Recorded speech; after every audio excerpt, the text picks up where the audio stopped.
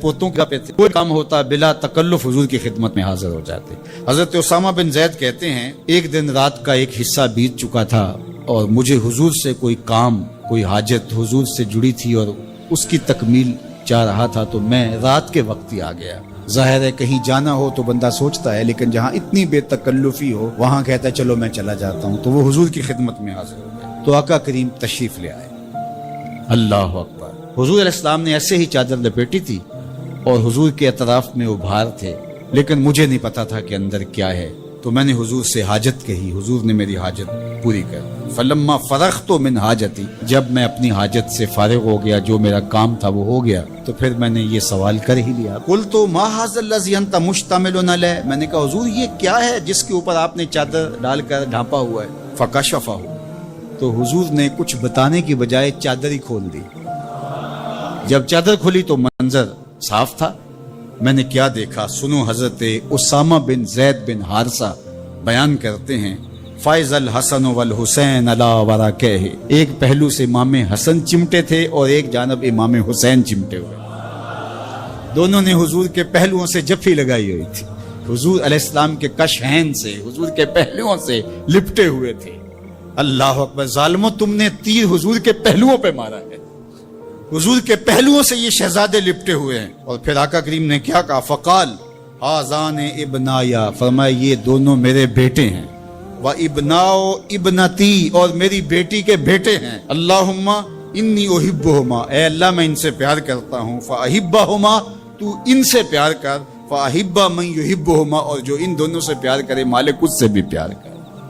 اللہ اکبر۔ حذیفہ بن یمان اپنی ماں کی مغفرت کا سوال لیے حضور کے پاس حاضر ہوئے تھے، اور آقا کریم نے ان کو یہ خبر بھی دی، حذیفہ سنو، یہ فرشتہ میرے سامنے حاضر ہے اور یہ میری فاطمہ اور میرے حسن حسین کے لیے جنتیوں کی سرداری کا مجدہ جاں فضا لے کر آئے ہیں، پیغام لے کر آئے ہیں، بشارت لے کر آئے ہیں۔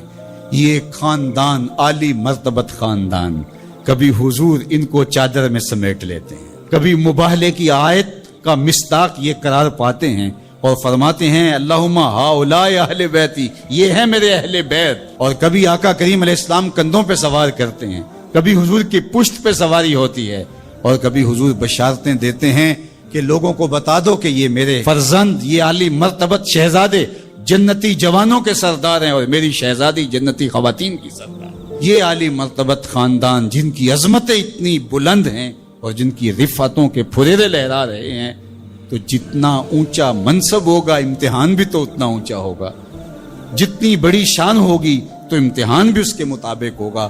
پھر 10 محرم کو جو امتحان ان شہزادوں نے دیا اور ثابت کیا کہ ہم سرداران جو جنت ہیں وہ ایسے نہیں بن گئے، کیسے کڑے امتحان سے گزر کر کے ہم اس مرتبہ رفیع کے اپنے آپ کو حقدار بتا رہے ہیں۔ کوئی یہ نہ کہے کہ پیغمبر نے اپنے نواسے جان کے ایسے ہی بشارت دے دی تھی اور یہ عظمت ان کو حاصل ہو گئی تھی، ورنہ ان کے اندر کیا رکھا تھا۔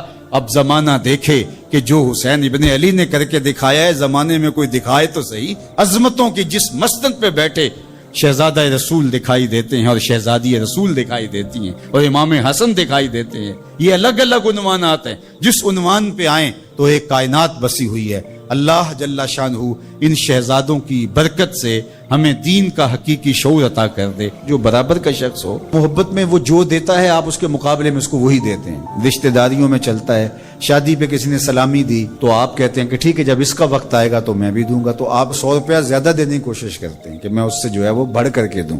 تو برابر میں تو یہی ہوتا ہے، تحفہ دیا تو مقابلے میں تحفہ دیا۔ لیکن ایک غریب آدمی ہے، اس کو ایک امیر آدمی اس کی ضرورت کو پورا کرتا ہے، تو وہ اب کہے کہ میں بھی اس کو دوں تو وہ کہاں سے دے گا؟ تو پھر وہ کیا کرے گا؟ وہ اس کو اس کے بدلے میں دعائیں دے گا، چونکہ وہ اس پیسوں کے بدلے میں وہ اسے کچھ نہیں دے سکتا، دعائیں دے سکتا ہے۔ تو جو برابر کے ہوں وہ تو تحفے کے بدلے میں تحفہ دیتے ہیں۔ اللہ نے نعمتیں عطا کی اور ہم اس کے بدلے میں اس کو کوئی نعمت دے سکتے ہیں؟ وہ تو محتاج نہیں اور نہ ہم دے سکتے ہیں۔ تو پھر کیا کہا، احب اللہ لما یرزقکم من نعمہ، وہ تمہیں نعمتیں دیتا ہے تو محبت کیا کرو۔